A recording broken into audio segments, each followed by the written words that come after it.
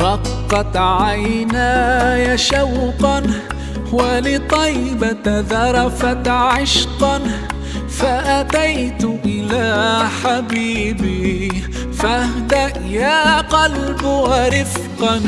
صلي على محمد. السلام